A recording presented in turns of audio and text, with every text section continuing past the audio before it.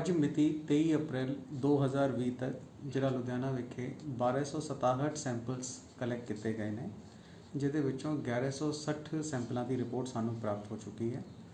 ਇਹਨਾਂ ਵਿੱਚੋਂ 19 ਕੇਸ ਜਿਹੜੇ ਹੈਗੇ ਉਹ ਪੋਜ਼ੀਟਿਵ ਪਾਏ ਗਏ ਨੇ, ਜਿਨ੍ਹਾਂ ਵਿੱਚੋਂ 16 ਜ਼ਿਲ੍ਹਾ ਲੁਧਿਆਣਾ ਨਾਲ ਸੰਬੰਧਿਤ ਨੇ ਤੇ 3 ਕੇਸ ਜਿਹੜੇ ਹੈਗੇ ਬਾਹਰਲੇ ਜ਼ਿਲ੍ਹਿਆਂ ਨਾਲ ਸੰਬੰਧਿਤ ਨੇ। 1141 ਕੇਸ ਜਿਹੜੇ ਹੈਗੇ ਉਹ ਨੈਗੇਟਿਵ ਪਾਏ ਗਏ ਨੇ। ਕੁੱਲ ਮਿਲਾ ਕੇ 5 ਇੱਥੇ ਡੈਥ ਹੋ ਚੁੱਕੀਆਂ ਹਨ, ਜਿਹਦੇ ਵਿੱਚੋਂ 4 ਜ਼ਿਲ੍ਹਾ ਲੁਧਿਆਣਾ ਨਾਲ ਸੰਬੰਧਿਤ ਸੀਗੀਆਂ ਤੇ 1 ਡੈਥ ਜਿਹੜੀ ਸੀਗੀ ਉਹ ਜ਼ਿਲ੍ਹਾ ਲੁਧਿਆਣੇ ਤੋਂ ਬਾਹਰ ਦੀ ਸੀਗੀ। ਕੁੱਲ ਮਿਲਾ ਕੇ ਹੁਣ ਤੱਕ 5 ਪੇਸ਼ੈਂਟ ਜਿਹੜੇ ਹੈਗੇ ਉਹ ਕਿਉਰਡ ਡਿਕਲੇਅਰ ਕੀਤੇ ਜਾ ਚੁੱਕੇ ਨੇ, ਜਿਹਦੇ ਵਿੱਚੋਂ 4 ਜ਼ਿਲ੍ਹਾ ਲੁਧਿਆਣਾ ਨਾਲ ਸੰਬੰਧਿਤ ਨੇ ਤੇ 1 ਕੇਸ ਜਿਹੜਾ ਹੈਗਾ ਬਾਹਰਲੇ ਡਿਸਟ੍ਰਿਕਟ ਦਾ ਹੈ। ਤੇ ਕੁੱਲ ਹੁਣ 9 ਕੇਸਿਸ ਯਾਨੀ ਕਿ 8 ਕੇਸ ਜਿਹੜੇ ਹੈਗੇ ਜ਼ਿਲ੍ਹਾ ਲੁਧਿਆਣੇ ਦੇ ਤੇ 1 ਕੇਸ ਜਿਹੜਾ ਹੈਗਾ ਬਾਹਰਲੇ ਡਿਸਟ੍ਰਿਕਟ ਦਾ। ਕੁੱਲ 9 ਕੇਸ ਜਿਹੜੇ ਹੈਗੇ ਉਹ ਐਕਟਿਵ ਕੇਸਿਸ ਹੈਗੇ। ਅੱਜ ਵੀ ਇੱਕ ਪੇਸ਼ੈਂਟ ਜਿਹੜਾ ਹੈਗਾ ਉਹ ਕਿਉਰ ਡਿਕਲੇਅਰ ਕੀਤਾ ਗਿਆ ਹੈਗਾ ਸਿਵਲ ਹਸਪੀਟਲ ਤੋਂ। ਸੈਕਿੰਡ ਨੈਗੇਟਿਵ ਰਿਪੋਰਟ ਆਉਣ ਤੋਂ ਬਾਅਦ ਉਹਨਾਂ ਨੂੰ ਡਿਸਚਾਰਜ ਕੀਤਾ ਜਾ ਰਿਹਾ ਹੈ। ਉਹਨਾਂ ਦੀ ਉਮਰ ਜੇ ਆਪਾਂ ਵੇਖੀਏ ਤਾਂ 70+ ਉਹਨਾਂ ਦੀ ਉਮਰ ਹੈਗੀ ਔਰ ਉਹਨਾਂ ਨੇ ਵੀ ਕੋਵਿਡ ਨੂੰ ਹਰਾਇਆ ਹੈਗਾ। ਕੇਵਲ ਔਰ ਕੇਵਲ ਕੁਝ ਚੀਜ਼ਾਂ ਜਿਹੜੀਆਂ ਅਸੀਂ ਜੇ ਫੋਲੋ ਕਰ ਲਈਏ ਤਾਂ ਇਸ ਬਿਮਾਰੀ ਦੇ ਨਾਲ ਚੰਗੀ ਤਰ੍ਹਾਂ ਆਪਾਂ ਫਾਈਟ ਕਰ ਸਕਦੇ ਹਾਂ। ਇੱਕ ਤਾਂ ਸਭ ਤੋਂ ਜ਼ਿਆਦਾ ਇੰਪੋਰਟੈਂਟ ਜਿਹੜੀ ਚੀਜ਼ ਹੈਗੀ ਉਹ ਹੈਗੀ ਕਿ ਟਾਈਮਲੀ ਇਸ ਬਿਮਾਰੀ ਦਾ ਪਤਾ ਚੱਲ ਜਾਵੇ। ਔਰ ਉਹਦੇ ਵਾਸਤੇ ਜਦ ਵੀ ਕਿਸੇ ਵੀ ਬੰਦੇ ਨੂੰ ਕਿਸੇ ਵੀ ਤਰੀਕੇ ਦਾ ਖਦਸ਼ਾ ਹੁੰਦਾ ਹੈ ਜਾਂ ਕੋਈ ਵੀ ਡਾਊਟ ਹੁੰਦਾ ਹੈ, ਕੋਈ ਵੀ ਸਿੰਪਟਮ ਇਸ ਤਰ੍ਹਾਂ ਦੇ ਫੀਲ ਹੁੰਦੇ ਨੇ ਕਿ ਉਹਨਾਂ ਨੂੰ ਖੰਘ ਹੈਗਾ, ਬੁਖਾਰ ਆ ਰਿਹਾ ਹੈਗਾ, ਡਰਾਈ ਕਫ ਹੈ, ਕੁਝ ਇਸ ਤਰ੍ਹਾਂ ਦੀ ਚੀਜ਼ਾਂ, ਕੁਝ ਇਸ ਤਰ੍ਹਾਂ ਦੇ ਸਿੰਪਟਮਸ ਜਿਹੜੇ ਹੈਗੇ ਉਹਨਾਂ ਨੂੰ ਵਿਖਦੇ ਨੇ, ਤਾਂ ਉਹਨਾਂ ਨੇ ਨਾਲ ਹੀ ਨਾਲ ਆਪਣੇ ਨੇੜੇ ਤੇੜੇ ਦਾ ਜਿਹੜਾ ਸਿਵਲ ਹਸਪੀਟਲ ਹੈਗਾ ਜਾਂ ਕੋਈ ਵੀ ਇਸ ਤਰ੍ਹਾਂ ਦਾ ਹਸਪੀਟਲ ਜਿੱਥੇ ਕਿ ਸੈਂਪਲਿੰਗ ਦੀ ਫੈਸਿਲਿਟੀ ਅਵੇਲੇਬਲ ਹੈਗੀ, ਉੱਥੇ ਤੁਰੰਤ ਜਾ ਕੇ ਆਪਣੀ ਸੈਂਪਲਿੰਗ ਜਿਹੜੀ ਹੈਗੀ ਉਹ ਕਰਾ ਲੈਣੀ ਚਾਹੀਦੀ ਹੈ। ਕਿਉਂਕਿ ਜਿੰਨਾ ਛੇਤੀ ਤੁਹਾਨੂੰ ਪਤਾ ਚੱਲ ਜਾਊਗਾ, ਇੱਕ ਤਾਂ ਤੁਹਾਨੂੰ ਆਈਸੋਲੇਸ਼ਨ ਜਿਹੜੀ ਹੈਗੀ ਛੇਤੀ ਕਰਤੀ ਜਾਵੇਗੀ, ਤੁਹਾਡੇ ਸਿੰਪਟੋਮੈਟਿਕ ਇਲਾਜ ਵੀ ਜਿਹੜਾ ਹੈਗਾ ਟਾਈਮਲੀ ਚਾਲੂ ਹੋ ਜਾਊਗਾ। ਅਤੇ ਨਾਲ ਹੀ ਨਾਲ ਦੂਜਾ ਜਿਹੜਾ ਸਭ ਤੋਂ ਵੱਡਾ ਫਾਇਦਾ ਹੈਗਾ ਉਹ ਇਹ ਹੈਗਾ ਕਿ ਤੁਸੀਂ ਅੱਗੇ ਆਪਣੇ ਆਪ ਵੱਲੋਂ ਕਿਸੇ ਹੋਰ ਨੂੰ ਇਸ ਚੀਜ਼ ਦੇ ਨਾਲ ਇਨਫੈਕਟ ਨਹੀਂ ਕਰੋਗੇ।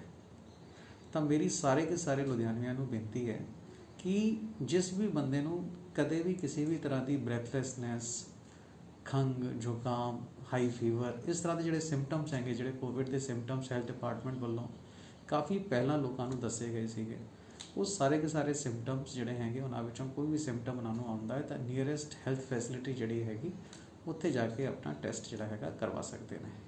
ਹੁਣ ਇਹ ਟੈਸਟਿੰਗ ਫੈਸਿਲਿਟੀ ਜਿਹੜੀ ਹੈਗੀ ਸਿਵਲ ਹਸਪੀਟਲ ਲੁਧਿਆਣੇ ਦੇ ਵਿੱਚ ਤਾਂ ਅਵੇਲੇਬਲ ਹੈਗੀ ਹੀ ਹੈਗੀ। ਇਸ ਤਰ੍ਹਾਂ ਦਾ ਸੈਂਪਲਿੰਗ ਫੈਸਿਲਿਟੀ ਕਈ ਸਾਰੇ ਹਸਪੀਟਲਾਂ 'ਚ ਅਵੇਲੇਬਲ ਹੈ ਅਤੇ ਟੈਸਟਿੰਗ ਫੈਸਿਲਿਟੀ ਜਿਹੜੀ ਹੈਗੀ ਉਹ DMC ਹਸਪੀਟਲ ਲੁਧਿਆਣਾ ਦੇ ਵਿੱਚ ਵੀ ਅਵੇਲੇਬਲ ਹੈਗੀ। ਤਾਂ ਇਹ ਚੀਜ਼ਾਂ ਜਿਹੜੀਆਂ ਹੈਗੀਆਂ ਅਸੀਂ ਛੇਤੀ ਕਰ ਲਈਏ ਤਾਂ ਸਾਨੂੰ ਬਹੁਤ ਛੇਤੀ ਇਸ ਬਿਮਾਰੀ ਦਾ ਪਤਾ ਵੀ ਚੱਲ ਜਾਊਗਾ। ਜੇ ਤੁਸੀਂ ਨੈਗੇਟਿਵ ਆ ਜਾਂਦੇ ਹੋ ਤਾਂ ਤੁਸੀਂ ਰਿਲੈਕਸ ਹੋ ਸਕਦੇ ਹੋ, ਬਾਕੀ ਜਿਹੜੇ ਸਿੰਪਟੋਮੈਟਿਕ ਤੁਹਾਡੇ ਇਲਾਜ ਹੈਗੇ ਉਹ ਕਰਾ ਸਕਦੇ ਹੋ। ਔਰ ਜੇ ਪੋਜ਼ੀਟਿਵ ਆ ਜਾਂਦੇ ਹੋ ਤਾਂ ਉੱਥੇ ਆਈਸੋਲੇਸ਼ਨ 'ਚ ਰਹਿ ਕੇ ਆਪਣੀ ਪ੍ਰੋਪਰ ਕੇਅਰ ਕਰਵਾ ਕੇ ਇਸ ਬਿਮਾਰੀ ਨੂੰ ਹਰਾ ਸਕਦੇ ਹੋ। ਕਿਉਂਕਿ ਜਿੰਨੇ ਵੀ ਕੇਸ ਅਭੀ ਤੱਕ ਲੁਧਿਆਣੇ 'ਚ ਆਏ ਨੇ ਜਿਨ੍ਹਾਂ ਦੇ ਵਿੱਚ ਡੈਥ ਹੋਈ ਹੈ, ਉਹ ਕੇਸ ਅਸੀਂ ਦੇਖਿਆ ਹੈ ਕਿ ਬਹੁਤ ਹੀ ਲੇਟ ਸਟੇਜ 'ਤੇ ਸਾਨੂੰ ਪਤਾ ਚੱਲਿਆ ਹੈਗਾ ਕਿ ਪੇਸ਼ੈਂਟ ਜਿਹੜਾ ਸੀਗਾ ਉਹ ਕੋਵਿਡ ਪੋਜ਼ੀਟਿਵ ਸੀਗਾ। ਇਨਫੈਕਟ 1-2 ਕੇਸ ਤਾਂ ਇਹੋ ਜਿਹੇ ਸੀਗੇ ਜਿਹਦੇ ਵਿੱਚ ਸਾਨੂੰ ਉਦੋਂ ਪਤਾ ਚੱਲਿਆ ਜਦ ਪੇਸ਼ੈਂਟ ਦੀ ਡੈਥ ਹੋ ਗਈ ਕਿ ਇਹ ਪੇਸ਼ੈਂਟ ਜਿਹੜਾ ਸੀਗਾ ਉਹ ਕੋਵਿਡ ਪੋਜ਼ੀਟਿਵ ਸੀਗਾ। ਕਿਉਂਕਿ ਜਦ ਤੱਕ ਪੇਸ਼ੈਂਟ ਆਪ ਅੱਗੇ ਨਹੀਂ ਆਉਂਦਾ ਉਦੋਂ ਤੱਕ ਕਿਸੇ ਨੂੰ ਪਤਾ ਨਹੀਂ ਚੱਲੂਗਾ ਕਿ ਉਹ ਬੰਦੇ ਨੂੰ ਕਿਸੇ ਵੀ ਤਰ੍ਹਾਂ ਦੀ ਪ੍ਰੋਬਲਮ ਹੈਗੀ। ਇਹ ਸਕਰੀਨਿੰਗ ਹੈਲਥ ਡਿਪਾਰਟਮੈਂਟ ਵੱਲੋਂ ਲਗਾਤਾਰ ਕੀਤੀ ਜਾ ਰਹੀ ਹੈ। ਕਈ ਸਾਰੇ ਹੌਟ ਸਪੌਟ ਜਿਹੜੇ ਹੈਗੇ ਜਾਂ ਜਿਹੜੇ ਏਰੀਆਜ਼ ਇਹੋ ਜਿਹੇ ਹੈਗੇ ਜਿੱਥੇ ਕਿ ਇਸ ਤਰ੍ਹਾਂ ਦੇ ਪੇਸ਼ੈਂਟਸ ਹੋ ਸਕਦੇ, ਉਹਨਾਂ ਦੀ ਲਗਾਤਾਰ ਸਕਰੀਨਿੰਗ ਹੈਲਥ ਡਿਪਾਰਟਮੈਂਟ ਵੱਲੋਂ ਕੀਤੀ ਜਾ ਰਹੀ ਹੈ।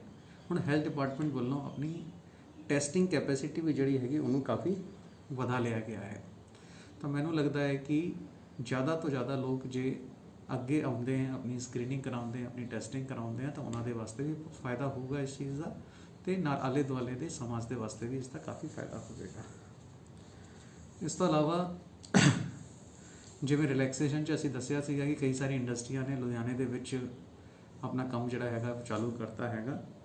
ਹੁਣ ਇੰਡਸਟਰੀ ਡਿਪਾਰਟਮੈਂਟ ਵੱਲੋਂ ਆਪਣਾ ਪੋਰਟਲ ਜਿਹੜਾ ਹੈਗਾ ਉਹ ਤਿਆਰ ਕਰ ਲਿਆ ਗਿਆ ਹੈ। pbindustries.gov.in 'ਤੇ ਲੋਕ ਅਪਲਾਈ ਕਰ ਸਕਦੇ ਹਨ ਜੇ ਉਹ ਇੰਡਸਟਰੀ ਚਲਾਉਣਾ ਚਾਹੁੰਦੇ ਹਨ।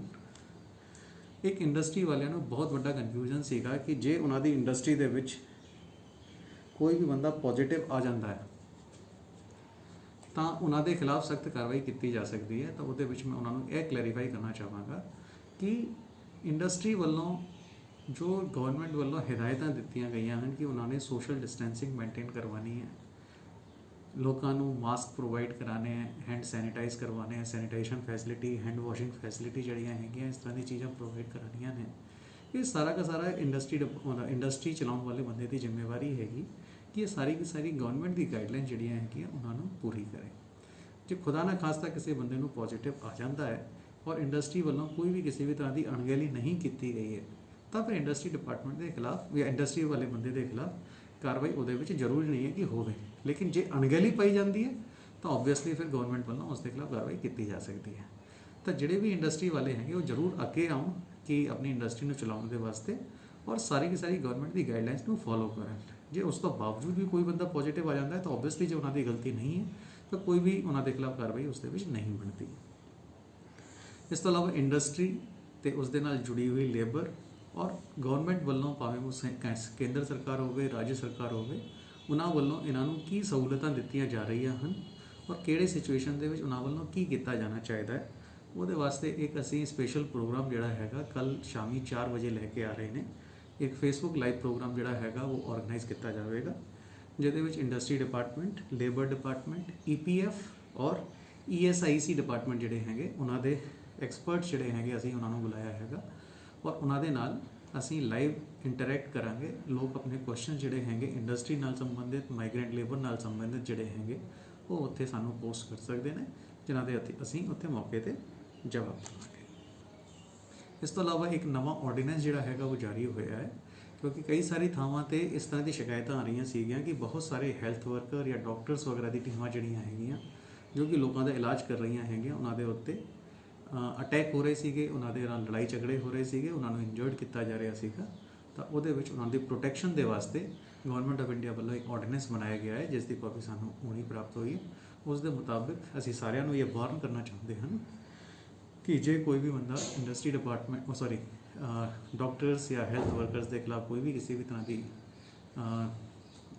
ਨਿਊਸੈਂਸ ਕਰਦਾ ਹੈ ਤਾਂ ਇਸ ਐਕਟ ਦੇ ਮੁਤਾਬਿਕ ਉਹਨਾਂ ਦੇ ਖਿਲਾਫ ਕਾਰਵਾਈ ਕੀਤੀ ਜਾ ਸਕਦੀ ਹੈ। Thank you.